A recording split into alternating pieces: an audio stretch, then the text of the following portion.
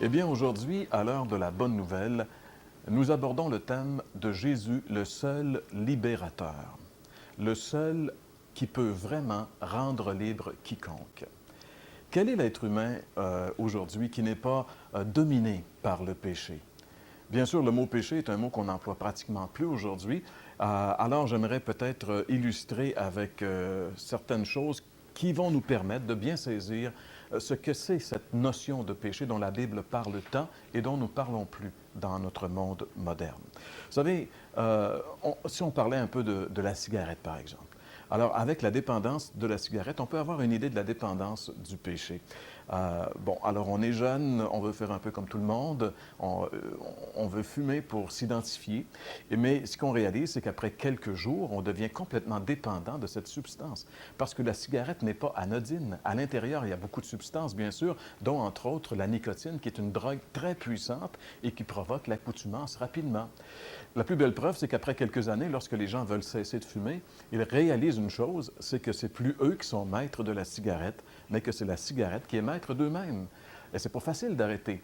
Alors, il faut aller dans des thérapies, il faut mettre des patchs, il faut faire toutes sortes de choses pour se libérer de cette nicotine. Et finalement, fort heureusement, plusieurs finissent par s'en libérer.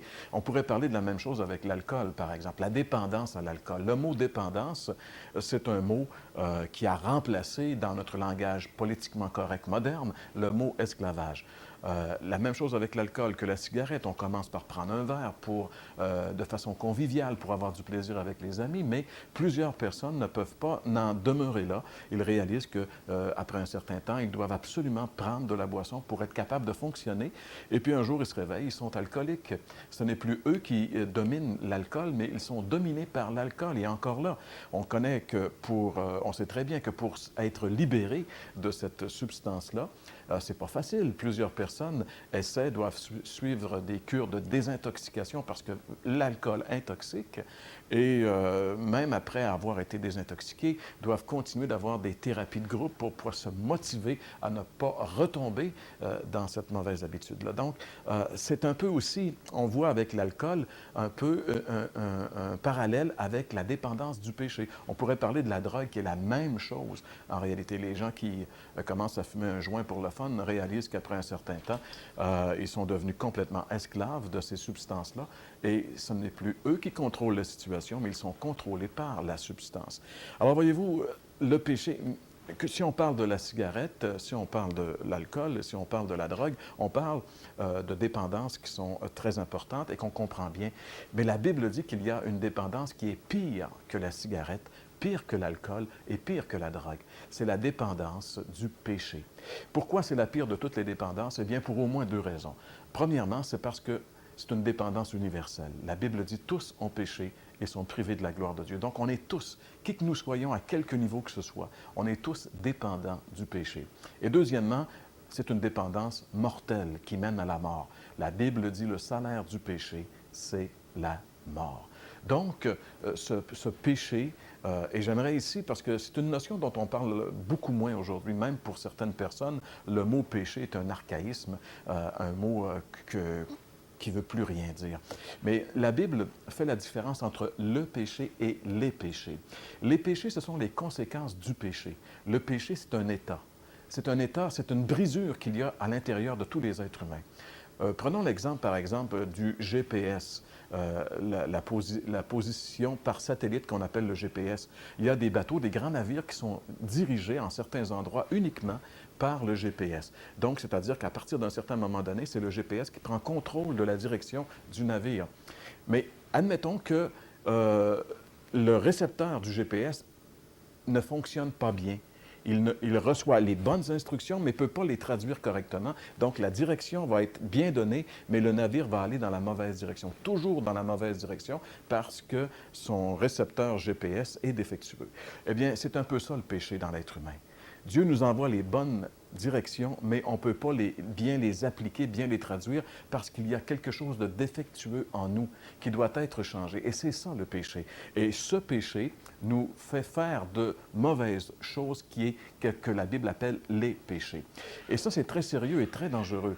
Le Seigneur Jésus nous a mis en garde. J'aimerais lire avec vous ici un passage dans les Écritures, dans l'Évangile selon Jean, chapitre 8 et le verset 34. C'est Jésus lui-même qui nous dit ceci. Il dit « Vraiment, je vous l'assure, répondit Jésus, tout homme qui commet le péché est esclave du péché. » Jésus vient juste de nous le dire, vous savez, on ne joue pas avec le péché. C'est lui qui est le plus fort. Beaucoup de gens ont voulu le taquiner, ont voulu s'amuser avec le péché, mais se sont rendus compte éventuellement qu'ils avaient fait une mauvaise affaire. On ne joue pas avec le péché. Mais heureusement, il y a une personne qui peut vraiment nous libérer du péché. Il y a une personne qui peut nous affranchir de cette domination. Et cette personne, évidemment, c'est le Seigneur Jésus-Christ. J'aimerais vous lire ces paroles qu'il a lui-même prononcées alors qu'il était ici, qu'on retrouve aussi dans l'Évangile selon Jean, chapitre 8 et le verset 36. Il dit, « Si donc c'est le Fils qui vous donne la liberté, alors vous serez vraiment des hommes libres. » Si donc c'est le Fils qui vous affranchit, vous serez réellement des hommes libres. Vous pourrez expérimenter la vraie liberté que seuls les croyants en Jésus-Christ peuvent expérimenter. Comment est-ce que Jésus peut nous promettre et même nous donner une telle liberté? Eh bien, tout cela s'est joué à la croix du Calvaire. La Bible nous dit que lorsque Jésus est mort sur cette croix il y a 2000 ans, il s'est passé quelque chose que même les plus grands cinéastes d'Hollywood ne peuvent reproduire parce que c'est quelque chose qui était invisible. Quelque chose que l'homme ne pouvait pas voir avec ses yeux, mais que la Bible révèle. C'est que lorsque Jésus est mort sur cette croix du Calvaire, il y a 2000 ans, tous les péchés de tous les hommes qui ont vécu sur la terre, du premier Adam jusqu'au dernier, ont été déposés sur lui. Et là, sur la croix, il a subi la juste et sainte colère de Dieu à la place de tous les pécheurs, dont moi je suis le premier, disait l'apôtre Paul. Nous sommes tous des pécheurs. Et Jésus a payé à notre place. C'est de cette façon-là qu'on peut obtenir le pardon de nos péchés. Mais c'est bien obtenir le pardon de nos péchés. Mais si on n'est pas libéré du péché, on va recommencer le lendemain. On ne pourra jamais s'en sortir. Alors Jésus nous a plus qu'acquéri le pardon du péché. Il nous a à la croix aussi donné la liberté à l'égard du péché. Si nous voulons vraiment connaître le pardon de nos péchés, nous devons croire que Jésus a porté sur la croix nos péchés, qu'il est mort pour nos péchés. Et lorsqu'on croit que Jésus est mort pour nos péchés, on obtient le pardon, la vie éternelle.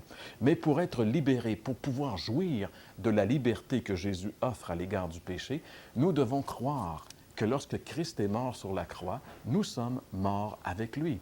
C'est exactement ce que l'apôtre Paul développe dans son épître qu'il adresse aux Romains et particulièrement dans les chapitres 6, 7 et 8. J'aimerais d'ailleurs vous lire un extrait du chapitre 6 qui est le verset 6 où l'apôtre Paul dit ceci.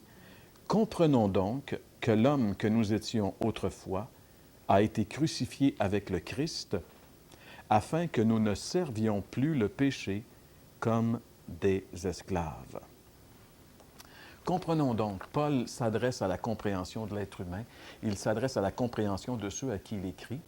Nous devons croire, nous devons par la foi, bien sûr c'est un geste de foi, c'est-à-dire nous devons accepter ce que Dieu déclare. Dieu nous dit que lorsque Christ est mort, je suis mort avec lui, je dois le croire et vivre en fonction de cette réalité.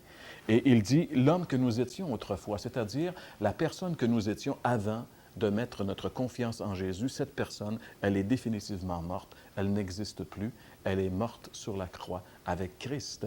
Et comme Christ est ressuscité, eh bien, je dois accepter que moi aussi, avec lui, je suis ressuscité pour vivre en nouveauté de vie, vivre une nouvelle vie, cette vie où je suis libéré de la domination du péché. Alors voyez-vous, mes amis, oui, Jésus est le seul libérateur. Oui, Jésus peut pardonner tous nos péchés, nous donner la vie éternelle, mais en plus nous donner la liberté. Une vie nouvelle, une vie où nous ne sommes plus dominés par le péché. Mais tout cela est possible uniquement par la croix où Christ est mort. Nous devons accepter par la foi que notre condamnation, Jésus l'a subie à notre place et qu'il nous a donné également la liberté à l'égard du péché en nous prenant avec lui sur la croix. Nous devons accepter que nous avons été crucifiés avec Christ, que nous avons été ensevelis avec lui et que nous sommes ressuscités avec lui pour vivre en nouveauté de vie.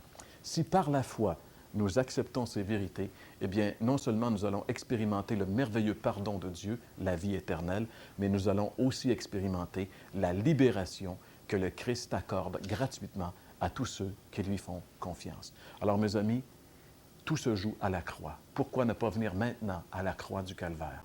Pourquoi ne pas voir le Christ mourir en portant nos péchés et lui demander pardon et l'inviter dans notre vie comme Sauveur et Seigneur? Lui dire simplement ce matin, Seigneur Jésus, je te donne ma vie.